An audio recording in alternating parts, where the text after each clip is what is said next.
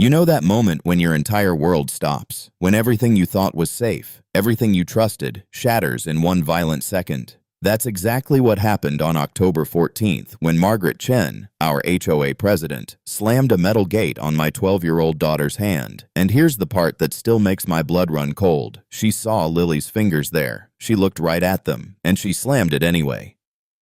But let me back up because this story, this nightmare, it started 6 months earlier, and I need you to understand something. I never wanted to be that parent, the one who fights, the one who makes waves. I just wanted my daughter to have a normal life. Was that really too much to ask? My name is Rebecca Torres, and 6 years ago, my beautiful daughter Lily was in a car accident that left her paralyzed from the waist down. She was 6 years old. 6. An age when kids should be worrying about missing teeth in playground games, not whether buildings have ramp access or if bathroom stalls are wide enough for a wheelchair.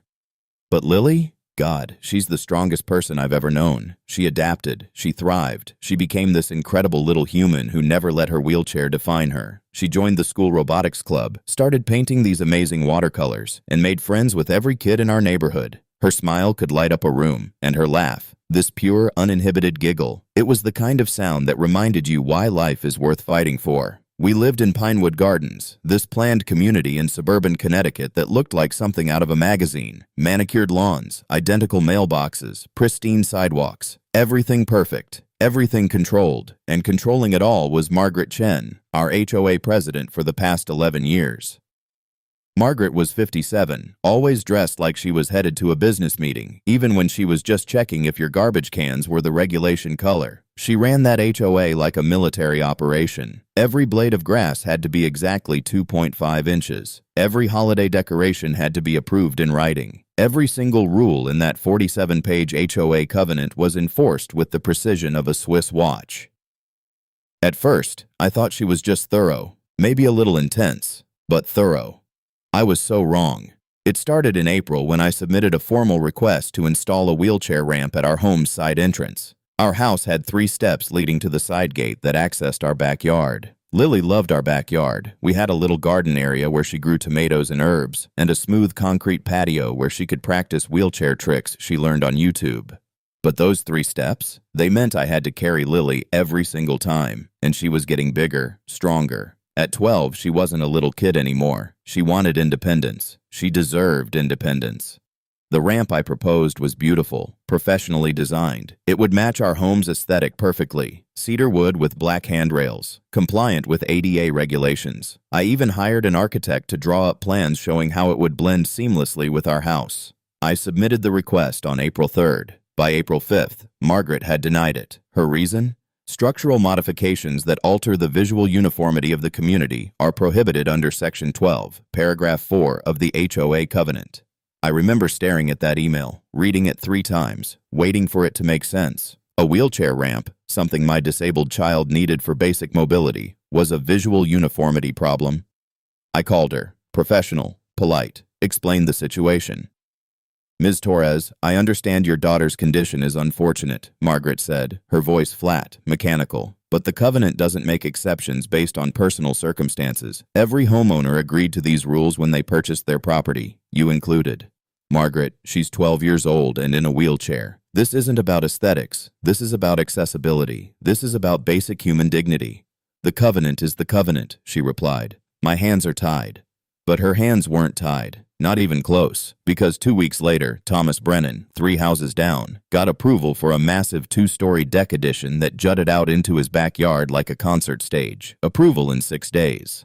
When I asked Margaret about the discrepancy, she said decks were pre-approved structures under Section 19. When I pointed out that wheelchair ramps for disabled residents should supersede deck aesthetics, she stopped returning my calls. I spent May and June fighting. I hired a lawyer who specialized in disability discrimination. I filed a formal complaint with the Fair Housing Act office. I attended every single HOA meeting, standing up during public comment periods, explaining Lily's situation to the board. Margaret would sit there, arms crossed, face blank, and say the same thing every time. The covenant is the covenant. Meanwhile, Lily was becoming more isolated. Her friends would come over, want to play in the backyard, and she'd have to wait for me to lift her down those steps. She stopped inviting people over. She stopped talking about her garden. I'd catch her staring out the window at the backyard, this look of longing on her face that broke my heart into 1,000 pieces. One night in early July, she came to my room crying. "Mom, why does Mrs. Chen hate me?" "Baby, she doesn't hate you." "Yes, she does," Lily sobbed. "She hates me because I'm in a wheelchair. She thinks I'm ugly. She thinks I ruin the neighborhood." I held my daughter while she cried, and something inside me shifted. This wasn't about rules anymore. This wasn't about property values or HOA covenants. This was about a grown woman making my child feel less than human. The next morning, I filed a federal lawsuit. August was brutal. Margaret launched a campaign against us. Suddenly, we were getting violation notices for everything. Our grass was 0.3 inches too tall. Our mailbox had a non-regulation patina. My car was parked 4.2 inches into the street at 11 p.m. on a Tuesday. Every single day, a new violation notice. Every single day, a new fine. I documented everything, photographed everything, saved every email, every letter, every voice message. Then September came, and my lawyer called with news. The judge had granted a preliminary injunction. Margaret had to allow the ramp construction while the case proceeded. We'd won the first battle. I cried. Lily cried. We celebrated with ice cream and started planning her ramp. But Margaret's face at the next HOA meeting? Pure hatred. She stared at me across that conference room like I'd personally destroyed her life. And when the meeting ended, she walked past me and whispered 4 words that sent chills down my spine. "You'll regret this." I should have taken it seriously. I should have documented it, reported it, protected my family better. Because 3 weeks later, on October 14th, Margaret would make good on that threat in the most horrifying way imaginable. The ramp was installed on October 12th. Beautiful. Perfect. Lily cried happy tears when she wheeled herself into the backyard for the first time independently. She spent 2 hours out there, just rolling around, touching her plants, feeling free. I thought we'd won. I thought the nightmare was over. I had no idea it was just beginning, because 2 days later, on a sunny Tuesday afternoon at 3:47 p.m., Margaret Chen would cross a line so unthinkable, so deliberately cruel, that it would change our lives forever. And it all happened in the 3 seconds it took for a metal gate to slam shut. October 14th started like any other Tuesday. Lily had a half day at school because of parent-teacher conferences. I picked her up at 1:30 p.m. We grabbed sandwiches from her favorite deli, and we came home. She was excited. She wanted to show me how she'd taught herself to do a wheelie on her chair, something she'd been practicing in secret. We went through the house, out the new ramp, into the backyard. She was glowing, absolutely radiant. For 30 minutes, I watched my daughter be completely, totally happy. No pain, no limitation, just joy. Around 3:30, she said she wanted to get her sketchbook from her room to draw some of her plants. She wheeled back up the ramp, into the house. I stayed outside, weeding the tomato garden. That's when I heard her scream. Not just any scream, a scream of pure, absolute agony, the kind of sound that activates every primal instinct in a parent's body. I dropped the trowel and ran. Sprinted toward the house. My heart was hammering so hard I thought it might explode. When I rounded the corner to our side entrance, my brain couldn't process what I was seeing. The gate, the metal side gate that led from the driveway to our backyard, was closed, slammed shut. And Lily was there, her wheelchair pressed against it, her face chalk white, tears streaming down her cheeks. Her right hand was caught in the gate, crushed between the metal gate and the concrete post. And standing on the other side of that gate, her hand still on the latch, was Margaret Chen. The confrontation, raw emotion. "Open it!" I screamed. "Open the gate!" Margaret just stood there, staring. Her face was blank, not shocked, not apologetic. Blank. "I said open it!" I was sobbing now, running to the gate, trying to pull it open, but Margaret had locked it from her side. Lily was whimpering, "Mom, Mom, Mom," over and over, her body shaking. "Margaret, please," I begged. "You're hurting her. Open the gate." For what felt like an eternity, but was probably only 3 seconds, Margaret didn't move. She looked at Lily's crushed hand, looked at my daughter's tear-stained face, looked at me. Then, slowly, so slowly it felt deliberate, she unlocked the gate and stepped back.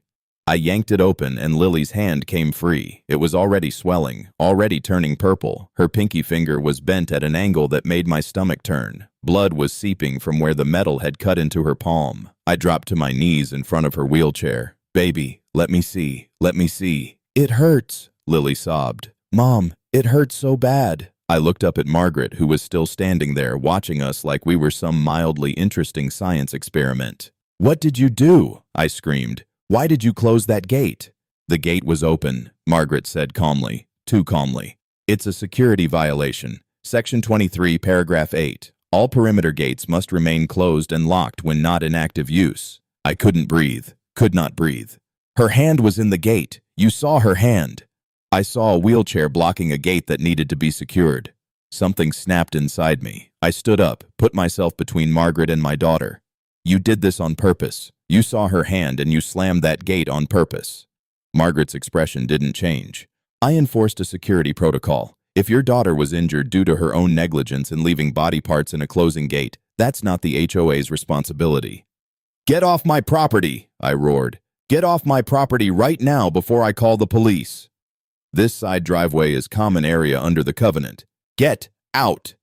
Margaret looked at me for one long moment, then turned and walked away, casually, like she'd just delivered mail.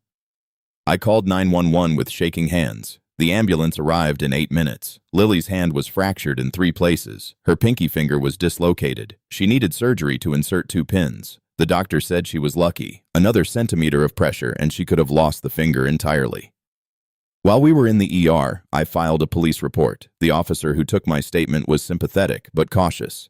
"Ms. Torres, without witnesses or camera footage, this becomes a he said, she said situation. Mrs. Chen claims she didn't see your daughter's hand in the gate." "That's a lie," I shouted. "She looked right at it. She saw Lily's hand and she closed it anyway." "I believe you," the officer said gently, "but belief isn't evidence. Do you have any security cameras?" I didn't. We'd never needed them. We lived in safe Pinewood Gardens with its friendly neighbors and its community values. But I was about to become very creative about evidence. Lily came home from surgery on October 16th. Her hand was casted, she was on pain medication, and she wouldn't talk, wouldn't eat, just sat in her wheelchair, staring at nothing. 3 days after the incident, I received a formal letter from the HOA, a fine, for blocking common area access on October 14th. They were fining me for my daughter getting her hand crushed. That's when I stopped being scared and started getting strategic. I remembered something from when I'd first moved in. Mrs. Patterson, 2 houses down, was a retired civil engineer who'd worked on community planning. She'd mentioned once that Pinewood Gardens had installed community security cameras in 2019 after a series of package thefts. I went to see her that afternoon. "Rebecca," Mrs. Patterson said when she opened the door, her face full of concern. "I heard what happened to Lily. Is she—" "Mrs. Patterson, I need your help. The community security cameras, are they still active?" She hesitated. "Yes, but Margaret controls all the footage. She's the only one with access to the HOA security system."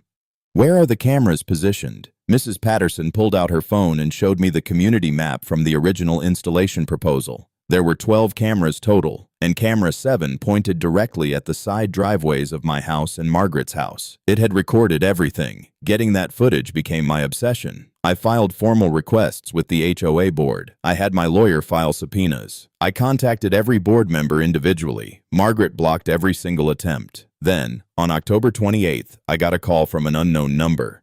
"Ms. Torres, this is David Brennan, Thomas Brennan's son. I'm on the HOA board." I remembered David, quiet guy, maybe 35, worked in IT. "I heard what Margaret did to your daughter," he said quietly, "and I need you to know, this isn't the first time." My blood ran cold. "What do you mean?"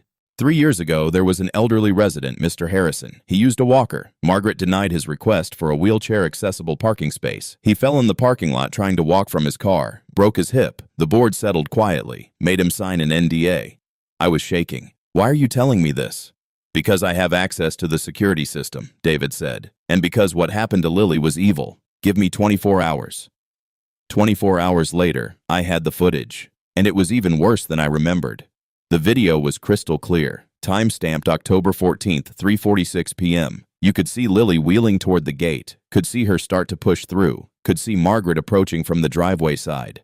Then, and this is the part that made the police detective's face go white when I showed him, you could see Margaret look down at Lily's hand on the gate edge, could see her register it, could see her eyes move from Lily's hand to Lily's face. Then she grabbed the gate and slammed it shut. Hard, deliberately. She held it closed for a full 3 seconds while Lily screamed. Assault and battery of a minor. Caught on camera, Margaret Chen was arrested on November 2nd. The criminal charges included assault, battery on a disabled minor, and child endangerment. The civil lawsuit I filed sought damages for medical expenses, pain and suffering, and punitive damages for deliberate infliction of emotional distress. The HOA board removed her as president within 48 hours. They issued a formal apology to our family. They paid for Lily's medical bills and therapy. But none of that fixed what was broken. Lily had nightmares for months. She was terrified of gates, of doors closing, of sudden movements. We started therapy, trauma therapy for a 12-year-old who'd been deliberately hurt by an adult she'd never done anything to. The trial happened in March. Margaret's defense was that she didn't see Lily's hand, despite video evidence showing her staring directly at it. The jury deliberated for 90 minutes, guilty on all counts. She served 18 months in prison. The civil case settled for an amount I can't disclose, but it secured Lily's future. Today, Lily is 14. Her hand healed, though she has scars, physical and emotional. She's back in robotics club, back in her garden. She's even started advocating for disability rights at her school, giving presentations about accessibility and inclusion. She's incredible. She's a survivor. She's my hero. As for me, I learned something from this nightmare. Documentation is power, truth is power, and fighting for your child, no matter how scary it gets, is not optional. It's sacred. If you're facing discrimination, if someone is hurting your child, if you're being told to stay quiet and follow rules that are fundamentally unjust, fight. Document everything. Find your evidence. Get your truth on record. Because monsters like Margaret Chen count on silence. And the moment you refuse to be silent, that's when you win. They told me to let it go, to move on, to not make waves, but my daughter's hand was crushed in a gate by a woman who hated her for existing. So I made waves, I made a tsunami, and I'd do it again in a heartbeat.